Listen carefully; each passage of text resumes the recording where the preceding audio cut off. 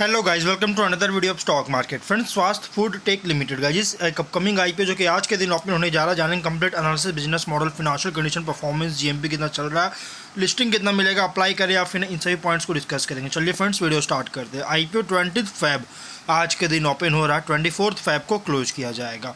10 rupees का face value, 94 rupees पर share की प्राइस बैंड, 1200 शेयर्स की लॉट साइज, 14.92 करोड़ का इशू साइज जो कि 15,87,600 शेयर्स का इशू किया जा रहा है। फुल्ली फ्रेश इशू आईपीओ है। Fixed price issue IPO BSE SME पे लिस्टेड किया जाएगा। गिरिराज स्टॉक ब्रोकिंग इसके मार्केट मेकर है। अलॉटमेंट डेट की बात करेंगे तो अलॉटमेंट डेट फाइनलाइज किया गया 25 फैब का। 27 फैब को रिफंड्स रिलीज किया जाएगा और शेयर्स डीमैट अकाउंट में क्रेडिट होगा और 28 फैब को लिस्टिंग डेट रखा गया है। अमाउंट रिटेल यहाँ ओनली 1 लॉट अप्लाई कर सकते हैं, 1200 शेयर्स मिलेंगे। एचएनआई मिनिमम 2 लॉट अप्लाई कर सकते हैं, 2400 शेयर्स मिलेंगे। वहीं अगर प्रोमोटर की बात करें तो कंपनी के प्रोमोटर दिलीप छाजर, श्री जैन, लक्ष्य जैन, वंदना छाजर और Chhajer agro products private limited. Dilip Chand Chhajer HUF इसके प्रोमोटर है। प्री इशू होल्डिंग 100% का, पोस्ट इशू 72.9% का होल्डिंग देखने को मिल जाएगा। वहीं बिजनेस की बात करें तो 2021 में इनकॉर्पोरेट हुआ था, ज़्यादा पुराना कंपनी नहीं है, रिसेंटली इनकॉर्पोरेट हुआ था, जो कि ये राइस ब्रांड ऑयल मतलब राइस ब्रांड ऑयल प्रोसेस करती है और इसका प्रोसेस करने में इंगेज है। और इसके ये जो ऑयल है ये मतलब कि सेल के लिए ऑयल मैन्युफैक्चरर्स और पैकर्स को सेल के लिए जैसे ये राइस ब्रांड ऑयल को प्रोसेस में इंगेज है। और कंपनी जो अलग अलग ग्रेड्स की rice brand oil rich in vitamin E, oryzanol और ये सभी तरह के अलग अलग ग्रेड्स का जैसे प्रोड्यूस करती है। और heart healthy benefits, high smoke point और वर्सेटाइल न्यूट्रल फ्लेवर जो कि कुकिंग के लिए ऑफर करता है। कंपनी का जो है यहाँ पे राइस ब्रांड ऑयल को मार्केट और सेल करती है बाई प्रोडक्ट्स के साथ, जैसे fatty acids, gums, spent earth and wax generated, जो कि वाइल प्रोसेसिंग जो करता है प्रोडक्ट्स का ओपन मार्केट्स में जैसे प्रोडक्ट्स का, जबकि प्रोसेसिंग करने का भी जनरेट करती है, प्रोसेसिंग करने में भी जनरेट करता है। और कंपनी जो है इसका फैसिलिटी इसमें इंक्लूड है refining unit bulk rice brand oil production के लिए, और अब प्लान कर रहा है एक खुद का और थर्ड पार्टी ब्रांड्स के लिए जो है एक पैकेजिंग यूनिट को सेटअप करने के लिए जैसे ये प्रोसीड्स का यूज़ करेगी, प्लान करिए। और ये जो फंड रेज कर रहा है इसमें से कुछ फंड का इसमें यूज़ किया जाएगा सेटअप करने के लिए।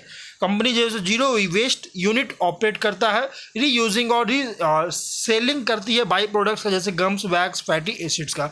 और fully automated high grade stainless steel facility efficiently refine करता है ऑयल को और बाई प्रोडक्ट्स को एक्सट्रैक्ट करती है। प्रोडक्शन कैपेसिटी की बात करेंगे तो 125 मिलियन टन पर डे का कैपेसिटी है। और मैन्युफैक्चरिंग फैसिलिटी जो है पूर्वा बर्धमान वेस्ट बंगाल में है, जो कि इसका मैन्युफैक्चरिंग फैसिलिटी जहाँ से ऑपरेट कर रहा है, स्ट्रेटेजिकली लोकेटेड है विद इन इंडिया में।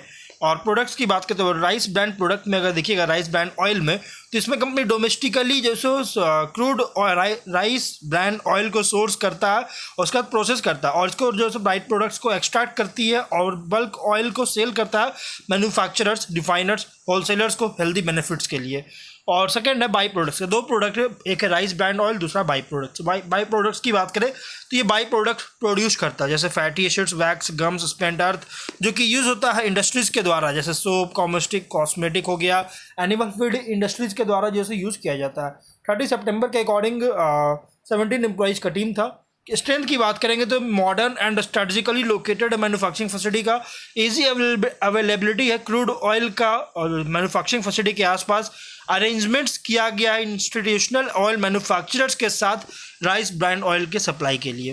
क्वालिटी एश्योरेंस दे रही है, quality control of the products दे रहा है।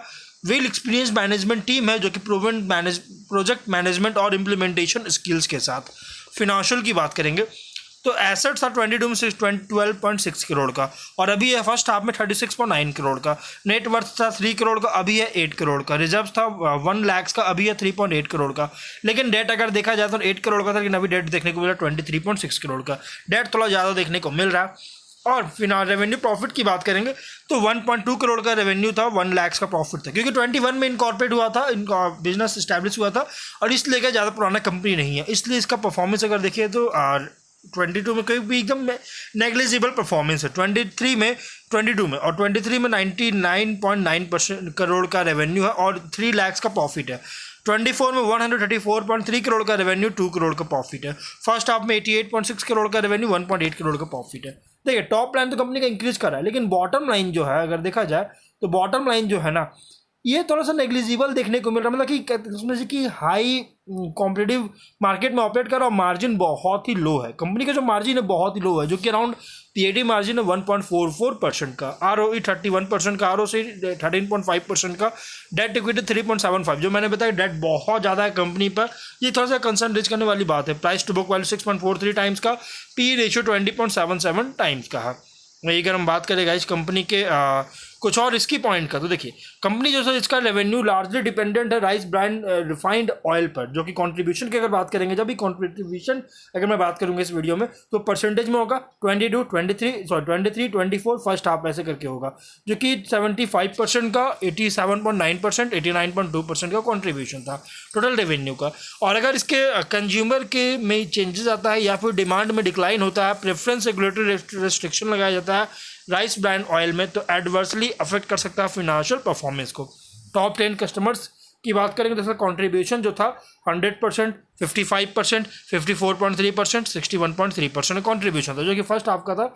और बहुत ज़्यादा मतलब इसका जो रेवेन्यू है यहाँ पे अगर देखा जाए ना तो टॉप 10 कस्टमर्स की जो रेवेन्यू है यहाँ पे और इस बहुत ज़्यादा इस पर डिपेंडेंट है। और इसलिए अगर इस कस्टमर्स को रिटर्न करने में अगर फेलियर होता है या कस्टमर बेस को एक्सपैंड नहीं कर पाता या क्लाइंट से बिजनेस में लॉस होता है, तो कंपनी का बिजनेस और फिनेंशियल स्टैंडिंग जो है इसको एडवर्सली अफेक्ट कर सकती है।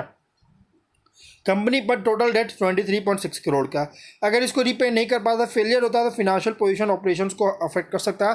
पास्ट में कंपनी को जो है स्ट्रैटेजिक ड्यूज जैसे जीएसटी, ईएसआईएस, प्रोविडेंट फंड, जो कि मल्टीपल इंस्टेंसेस पर में जो है प्रोविडेंट फंड जैसी स्ट्रैटेजिक का पेमेंट में डिले वगैरह फेस किया है पास्ट में कंपनी ने, जो कि डिले जो हुआ है ये हुआ है 3 to 650 डेज तक का रेंज में जो डिले किया गया है।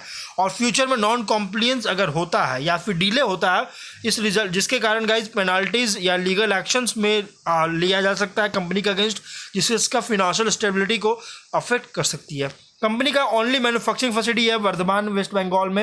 एडवर्स चेंज अगर आता है वर्धमान रीजन में तो गाइज कंपनी के जो ऑपरेशन है डिस्टर्ब कर सकता है, प्रोडक्शन डिले के कारण एक लीड हो सकता है, रेवेन्यू लॉस कर सकती है, तो ये बहुत ज़्यादा इंपैक्ट कर सकता है। जीएमपी इसका अपडेट नहीं किया गया, जीएमपी बिल्कुल भी नहीं गया, 0 रुपीज़ का जीएमपी है, कोई भी अपडेट नहीं हुआ है।